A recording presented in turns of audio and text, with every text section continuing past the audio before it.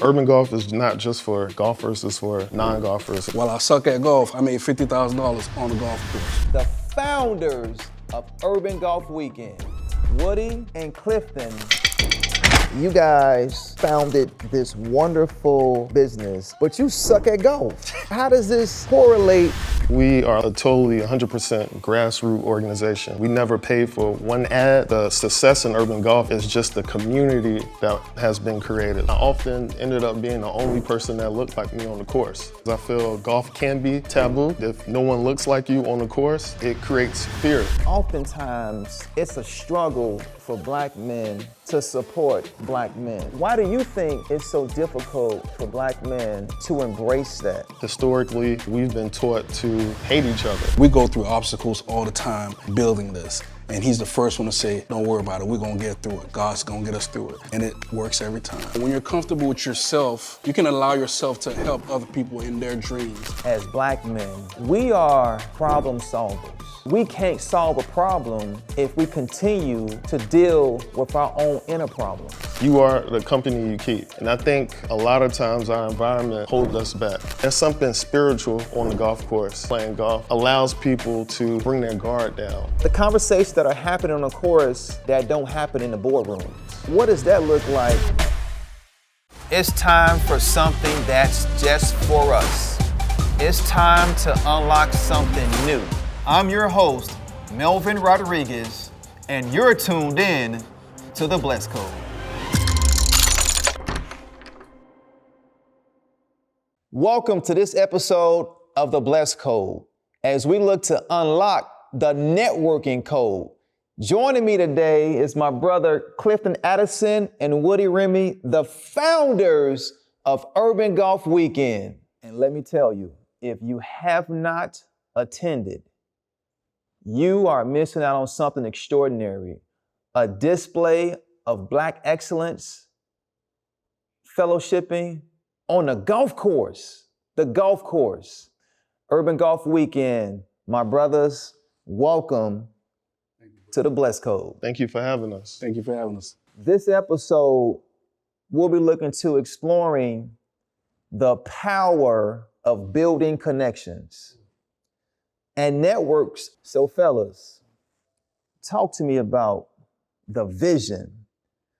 What was the moment you all realized successful black professionals needed a different kind of networking space? I would say I've been playing golf since the age of 4. And through golf, I learned how it connects people in a very special way. Through that, I've met athletes, entertainers, politicians, successful people. And I often ended up being the only person that looked like me on the course. Wow. So I wanted to create an experience, one, educate people about the game of golf so they could, take a liking to it, because I feel golf can be taboo. And if no one looks like you on the course, it creates fear and anxiety. So I wanted to, create something that gave people access to the game of golf. And also too, I want to do something that allowed people to network and make lifelong connection. So brother Woody, what would you say to that? What came to mind as it relates to just tapping into, this space?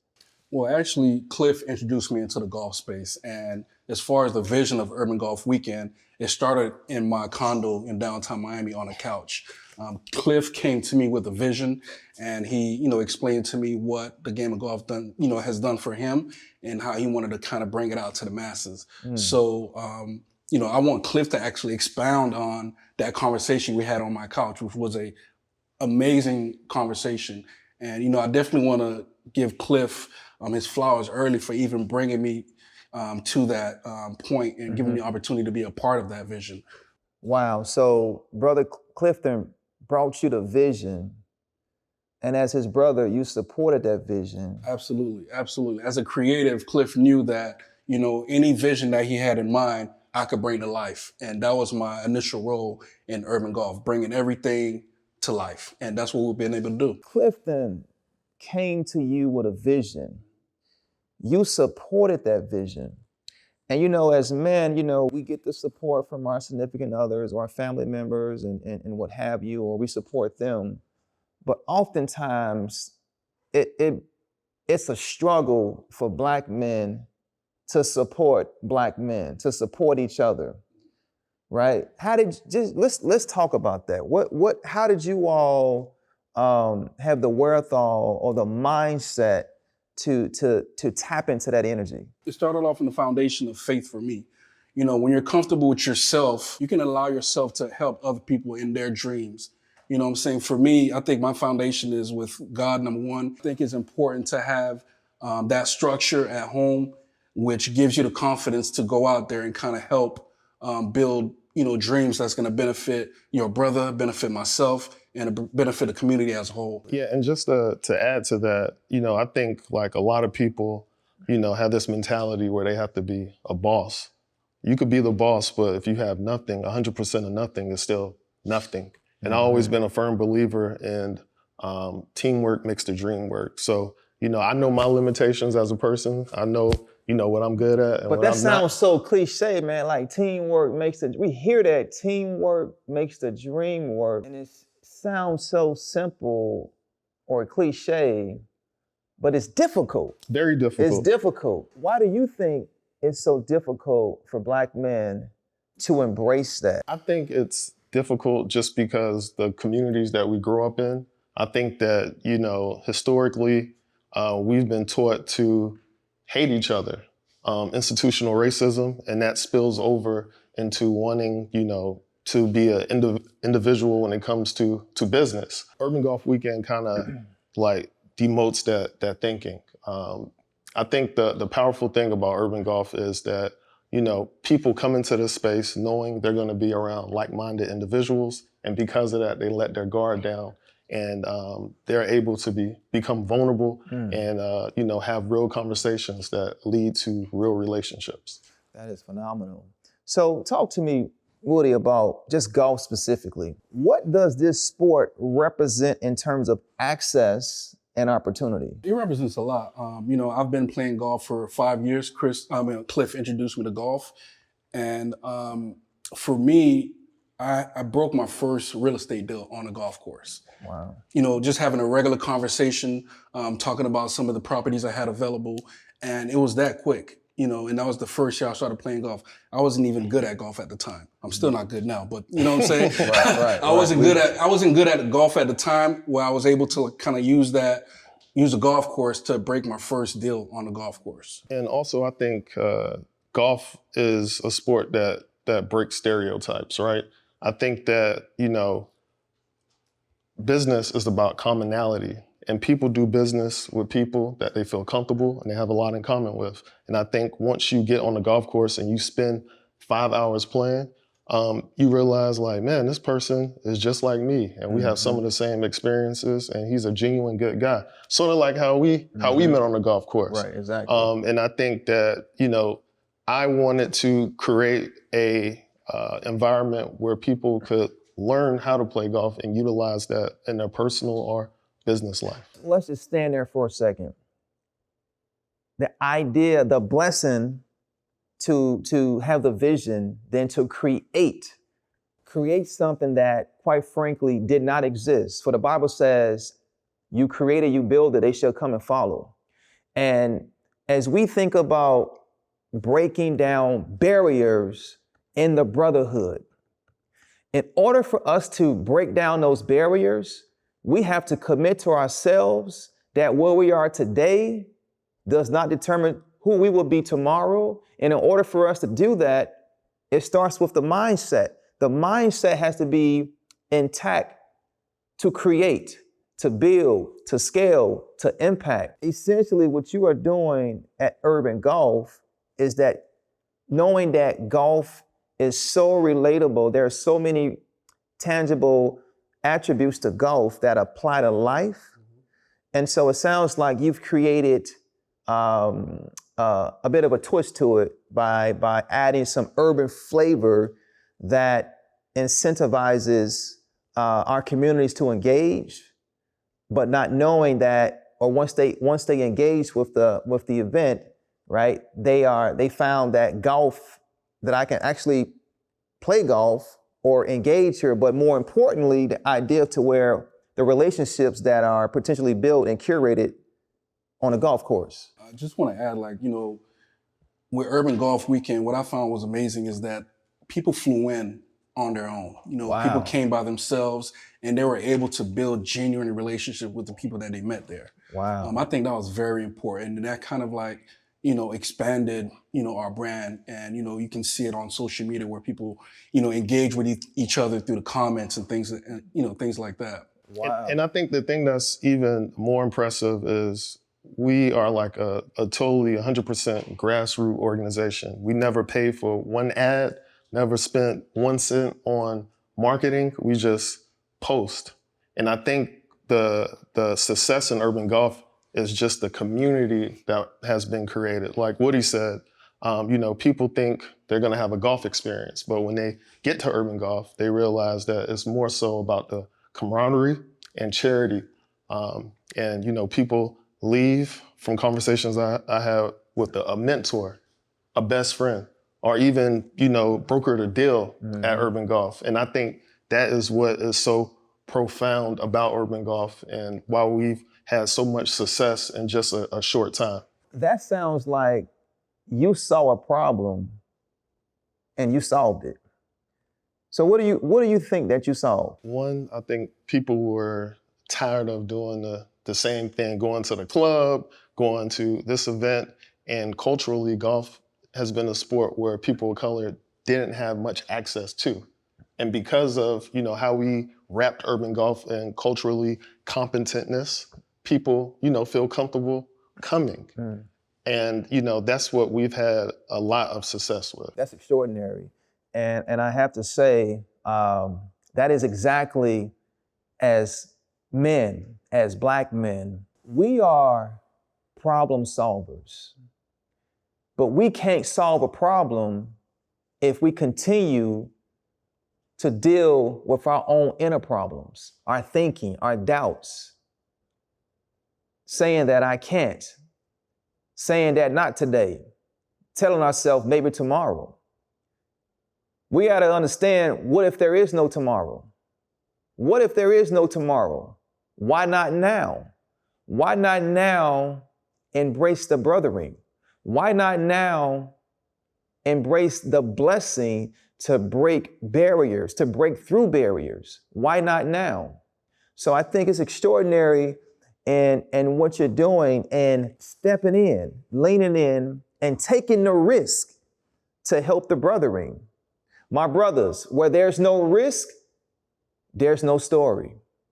So we have to understand that nothing from nothing shall lead to nothing. If we're not embracing the blessing to solve the problems that exist, then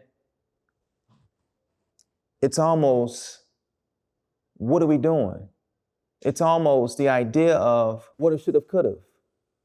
Now just think about that. What if you were able to live a life with no would have, should have, could haves?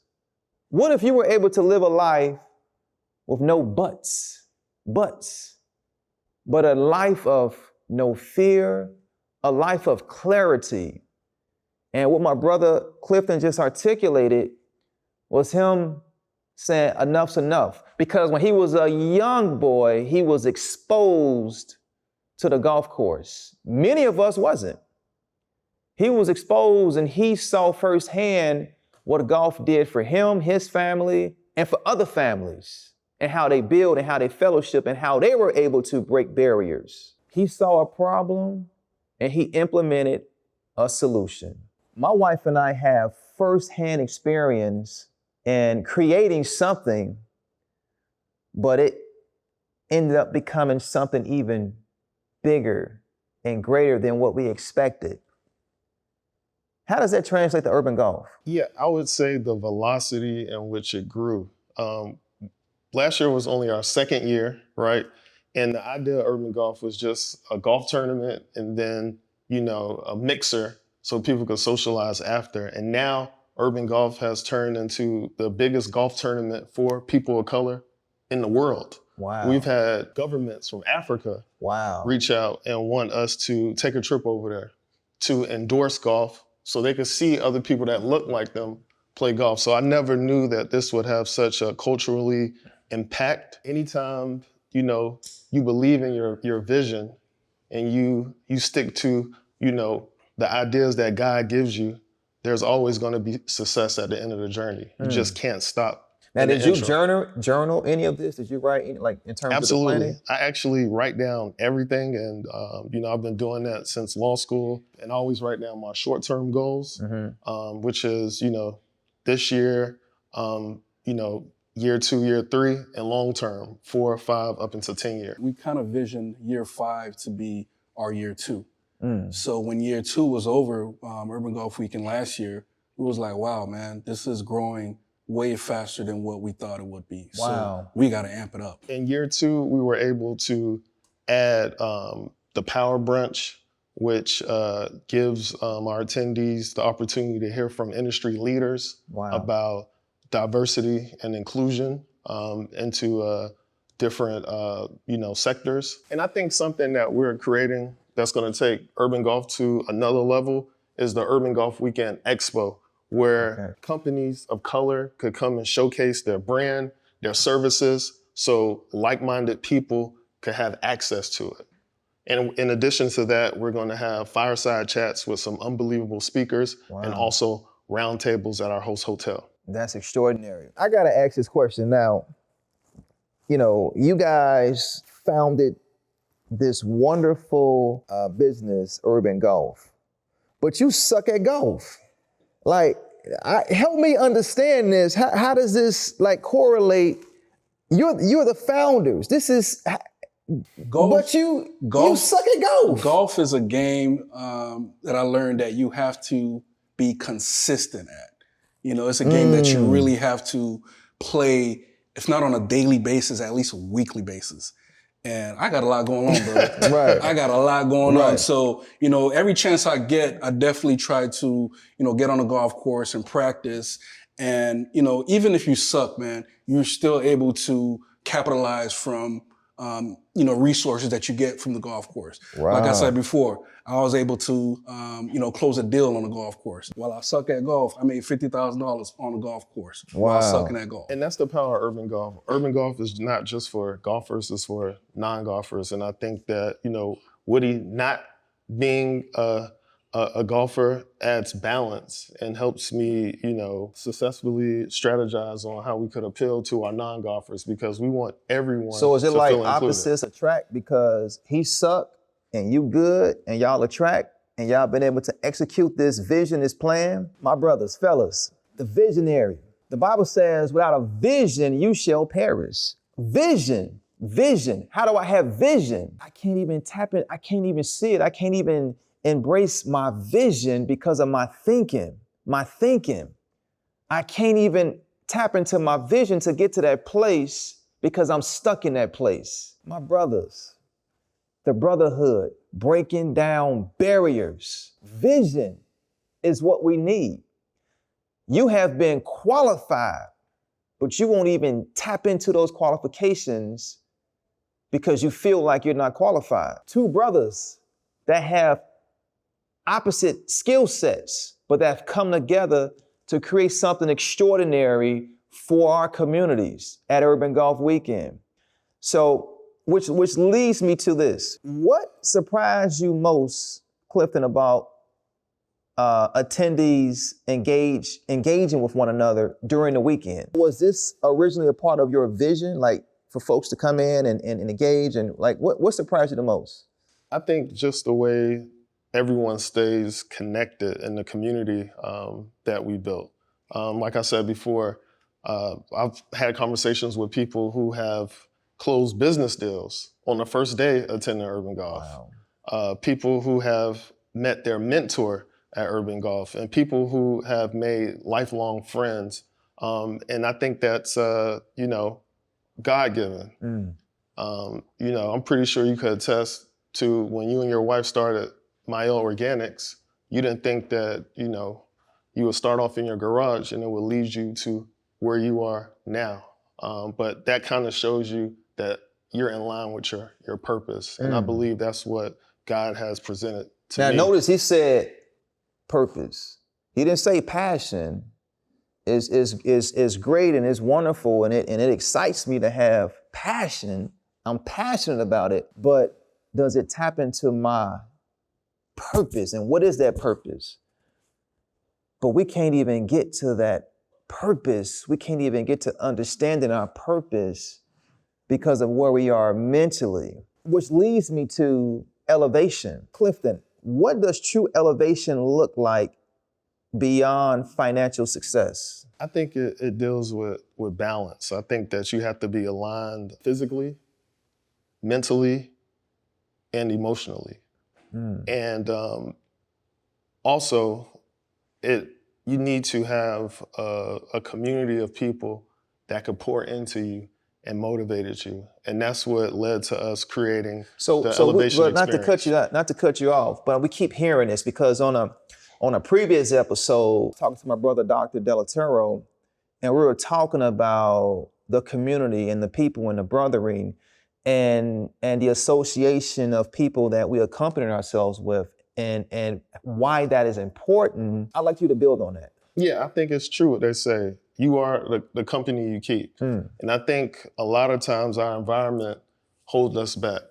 In addition to that, as a Black man that works in corporate America, there's a lot of mental challenges, right? Going into a workplace where you're the minority and being discriminated against because of that, which forces you to work harder. I never had an outlet where I could talk to other, brothers that's working at a high level and just be able to have real conversations. So I want to create an intentional space where brothers could come together, fellowship, and just have real conversations about the things that they're struggling with on a daily basis.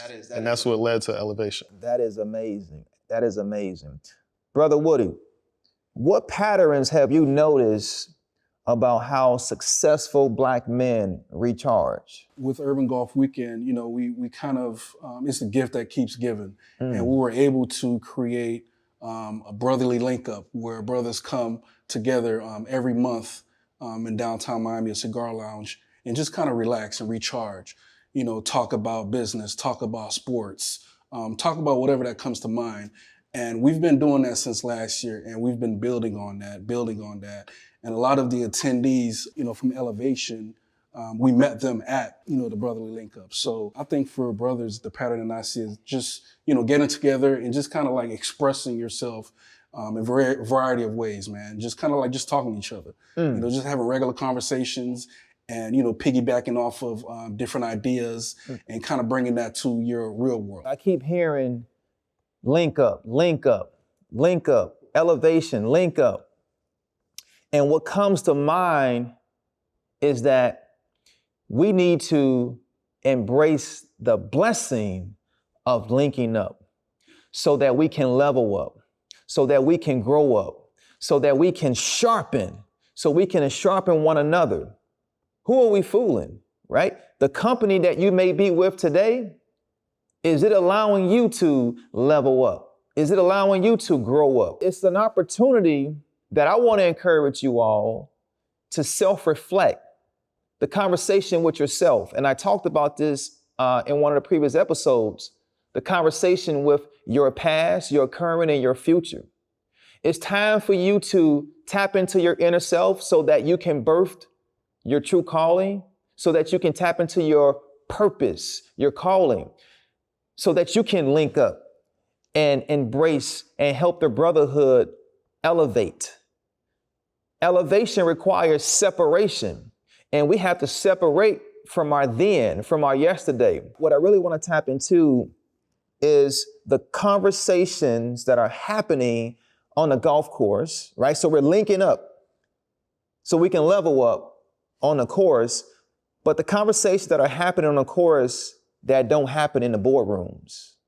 Let's touch on that. What does that look like in terms of it becomes a sacred space and different type of conversations that are happening on the course that are not happening in the boardrooms? So I think what sets golf apart, you could spend anywhere from 4 to 6 hours with an individual. And I think it creates a special bond and you get a sense of who that person truly is. And then the second thing, we're mammals. We like water, we like grass, and there's something spiritual about being on the golf course. And I think the therapeuticness of playing golf allows people to bring their guard down and be a little bit more laxed and open when they have, a conversation. I think, those two things coupled together create this sphere of tranquility and openness. That is extraordinary in how you articulated that, Cliff, because that leads me to the idea of unlocking the reset. I'm on a course 4 or 5 hours. My body is now tired. My mind is gathered so much information, right, from the course and what have you, but my body is tired. My mind is going, but my body is tired. Talk to me about why do you think it's particularly challenging for Black men to embrace the blessing of getting rest? That's a very good question. I think it goes back to, especially professional Black men. They work in spaces where they're typically the minority, and it's an environment where they don't feel heard or seen. So they feel that rest is a luxury and not a requirement. Every hard worker knows you need to factor in rest. So I think it kind of just goes back to, the way that people matriculate through life and how life experiences, have an impact on them and, make them think that, rest is for the weak. But in reality, you need your rest in order to be whole. That is profound. I've learned that when I don't rest, I don't put myself in position to win. When I don't rest, I not only hurt myself, but I hurt those that rely on me. So it's important that we learn to step away so that we can get away, so that we are able to be equipped to maximizing opportunities, to maximizing the conversations in terms of greater outcome. So my brother, embrace the blessing of getting rest so that you can reset, you can recharge, you can rejuvenate, you can renew your mind for a greater tomorrow so that you won't continue to operate in your yesterday. Brother Clifton and Woody, what advice would you all give to Black professionals struggling to find their reset rhythm? It's a struggle. I don't know how to balance it. I don't know what is that? So what advice would you give us, the brethren, those that are looking to tap into breaking down barriers, but the reset rhythm? I would say one thing I adapted was including, a time for myself to meditate in my schedule like I would a meeting. I put that in my calendar and I say, this is a space for me to kind of, think and to be to myself and relax. So treat it as you would, any business meeting or business objective, plan for it. And I think that, definitely will lead to a higher production level and clarity. I think for me, what's very important is in the mornings, I spend time with God. So for me, that's my reset, that's my recharge. And, from experience, I was someone that had a hard time getting rest. Well, let me profound on that, because what he just said was extremely important. Seek him first, always, and greater shall be added unto you. Preparation are the keys to success. And if you don't start your day with him first, and he told you to seek him first, what type of day shall you have? So I think that's something that as men we don't tap into and embrace. And I love how you articulated that. But build on that for me. I had a struggle. I had a hard time resting because I always had a lot to do, and to provide for my family, I felt like I couldn't rest. I had to keep going. But when I realized and when I started utilizing the Bible to help me rest and reset and, schedule out plans in the Bible to kind of read, it made my day better, and every time I, got away from that, it showed, what I'm saying? So for me, it's very important to recharge, reset using the Bible. And just to add to that, I think it's important to have balance. The Bible says that the love of money is the root of all evil. It doesn't say money's the root of all evil, but the love of money. And I think that it's important for people to have a more holistic understanding of what success is. It's not just financial gain, but it's mental, physical, and emotional success. And more important than anything else, it's peace of mind. Many define the things that we see, material things, the way a person may dress, his fashion, the cars, the homes. We are fascinated by these things, but we're not whole. We're not living a fulfilled life. Quite frankly, we're miserable. Fellas, I think you can relate to this. I think you know exactly where I'm going with this. Living these lies, faking it until we make it, but not embracing the blessing of working it until I make it, not embracing the blessing of walking through the process, going through the process, and knowing that on the other side of this process shall become my victory because I have fulfilled the prerequisites of the things, the necessary things for me to get to my victory. But I continue to fake it until I make it. I continue to not embrace the brethren, breaking those barriers. My brothers, it is time. Right now, this is our moment. This is our season. One of the things I like to tap in with you guys in closing here is, I like to end each episode with a code that you all live by daily.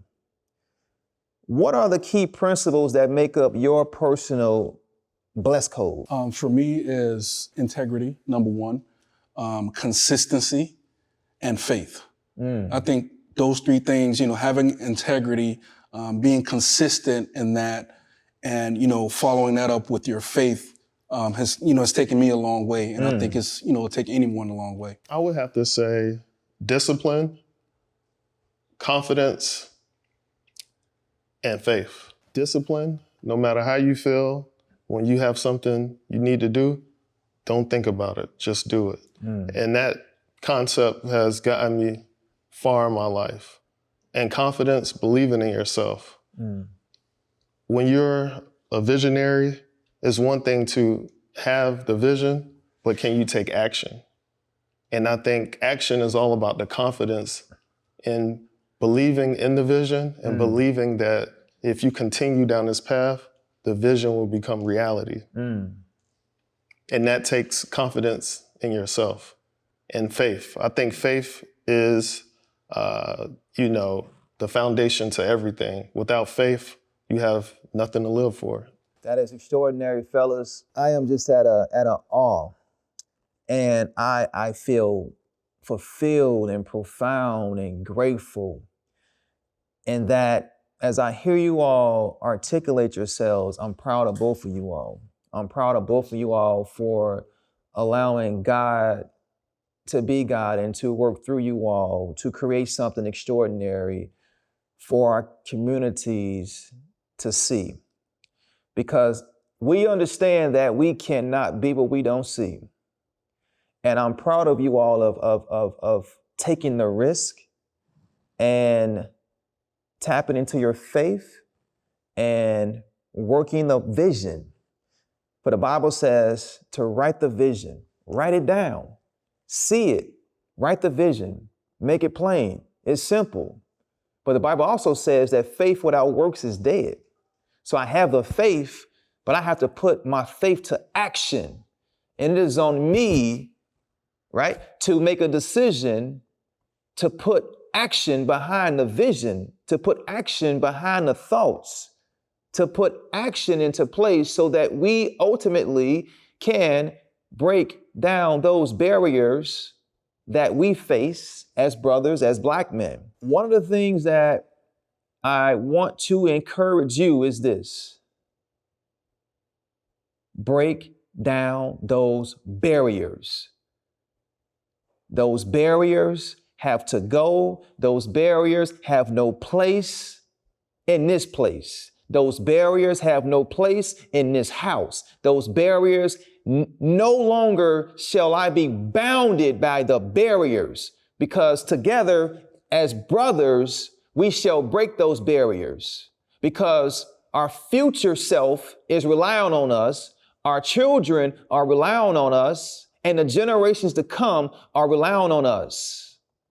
It is on us. I got to touch on this. Women, for some reason, are always able to find ways to fellowship, to create these spaces where they're able to have conversations and build.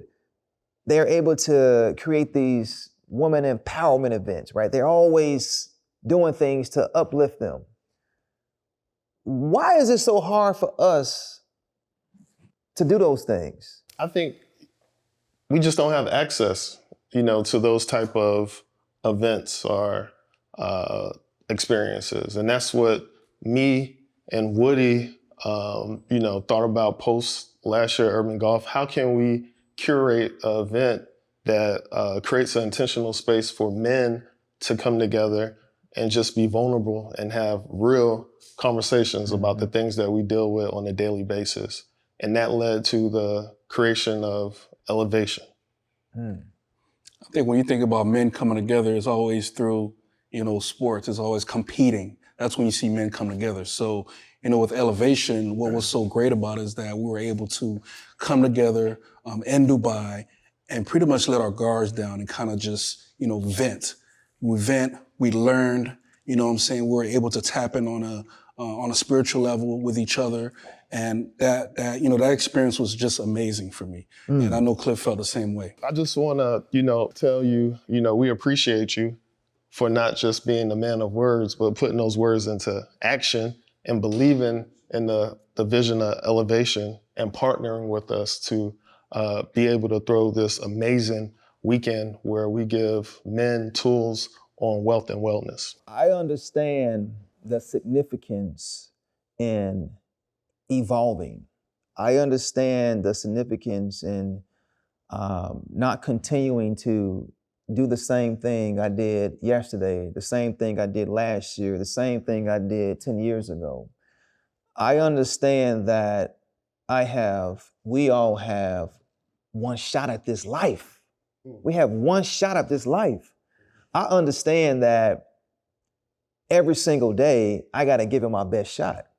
So when we talk about elevation, right, I'm excited to partner with you all in this venture because I want to help encourage men, Black men, to understand that if it does not allow you to evolve, you don't need to be involved because you won't be in position to elevate.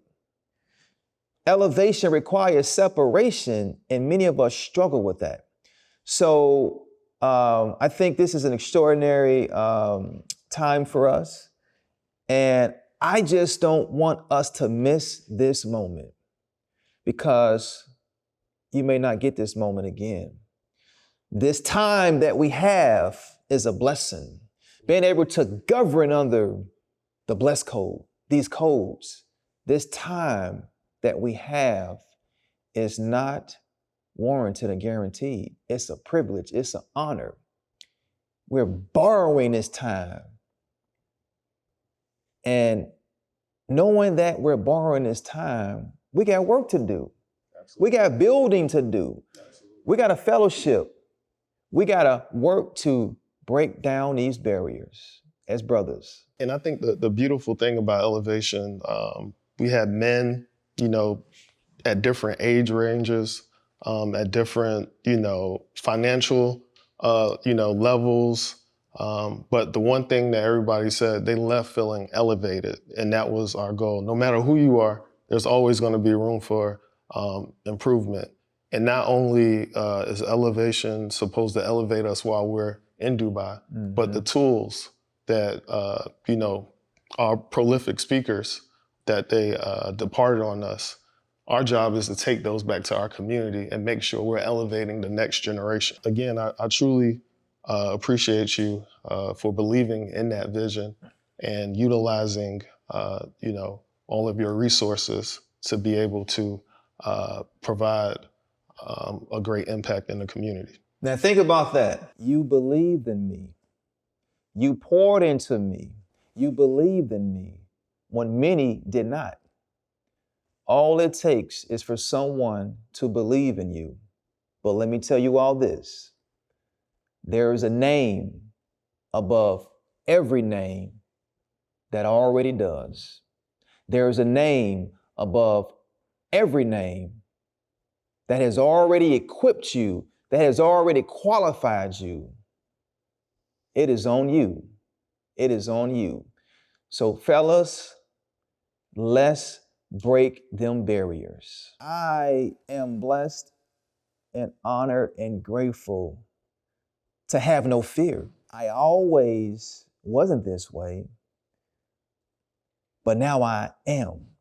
I fear nothing but God. So what's interesting enough is that the Bible talks about do not fear 365 times. Do not fear. It is throughout Scripture. What I would like to know from you guys, with urban golf, I can only imagine the level of uncertainty that you all may have endured and conversated about and what have you.